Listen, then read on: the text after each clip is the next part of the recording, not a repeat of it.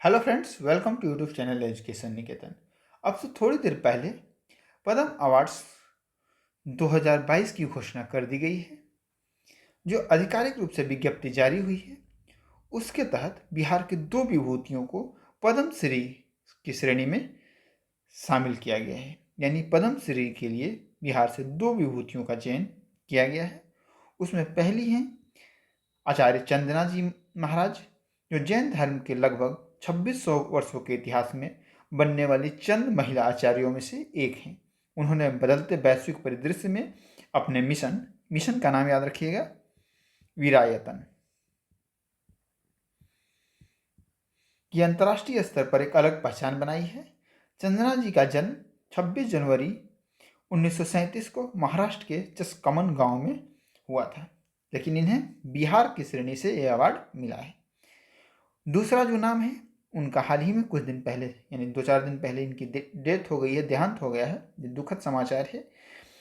मशहूर अर्थशास्त्री, centre for economic policy and public finance के निर्देशक और आद्री के सचिव शेवाल गुप्ता, नाम याद रखिएगा, शेवाल गुप्ता, इनको मरणोपरांत ये सम्मान दिया जाएगा। क्षेत्र क्या है? अर्थशास्त्र, और संबंधित किससे थे? Centre for economic policy and public finance के निर्देशक रह चुके थे।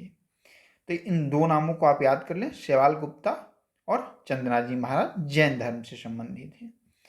अब पद्म अवार्ड्स से संबंधित जो राष्ट्रीय स्तर पर फैक्ट्स हैं जो कि परीक्षा उपयोगी हैं, उन तथ्यों को देख लेते हैं। इस बार कुल 128 पद्म अवार्ड्स की घोषणा की गई है, जिसमें दो जो है वो ड्यूओ केस है। In duo case the award is counted as one as per list below. 4 लोगों को पद्म विभूषण, जो कि भारत रत्न के बाद सबसे बड़ा सम्मान माना जाता है, 17 लोगों को पद्म भूषण और 107 लोगों को पद्मश्री सम्मान से सम्मानित करने की घोषणा की गई है।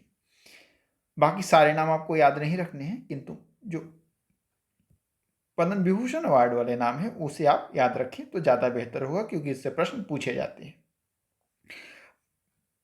प्रभा, मिसेस प्रभा, ये आर्ट से संबंधित है, राज्य है महाराष्ट्र। इसके बाद जो बाकी 3 अवार्डी हैं उनका संबंध उत्तर प्रदेश से है। श्री राधे श्याम खेमका, इनको ही मरणोपरांत दिया जा रहा है लिटरेचर एंड एजुकेशन में इनके योगदान के लिए। जनरल बिपिन रावत, इनको भी मरणोपरांत, आपको पता होगा कि प्लेन क्रैश में कुछ दिन पहले इनकी मृत्यु हो गई थी। सिविल सर्विसेज से संबंधित थे, भारत के पहले सीडीएस रहे हैं। सॉरी, उत्तराखंड से हैं, मैंने गलत बोल दिया था कि 3 उत्तर प्रदेश से हैं। और श्री कल्याण सिंह, जो कि public affairs Bharatiya Janata party के कद्दावर नेता थे, इन्हें उत्तर प्रदेश राज्य की कैटेगरी में यह सम्मान से सम्मानित करने की घोषणा की गई है। वहीं पद्म भूषण की बात करें तो उसमें पॉपुलरली वेल नोन चेहरों में एक हैं कांग्रेस के कद्दावर नेता गुलाम नबी आज़ाद, जिनका के संबंध जम्मू कश्मीर राज्य से है। पब्लिक अफेयर्स कैटेगरी में इन्हें यह सम्मान देने की घोषणा की गई है। अगर हम खेलों की बात करें तो नीरज चोपड़ा को खेलों की श्रेणी में पद्मश्री अवार्ड देने की घोषणा की गई है। तो कुछ पॉपुलरली नोन चेहरों के इमेज भी आपको दिमाग में दिखा देता हूं, ताकि इमेज से चीज़ें लंबे समय तक याद रहती हैं। तो कल्याण सिंह, जिनके की पद्म विभूषण मिला है,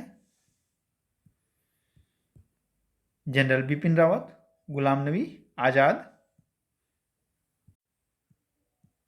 प्रोफेसर शेवाल गुप्ता अर्थशास्त्र याद रखिएगा, क्योंकि बिहार से 2 ही लोगों को इस बार मिला है पद्मश्री, तो पूछे जाने की संभावना है। और चंदना जी महाराज। तो आपको इतने ही फैक्ट्स याद रखने हैं।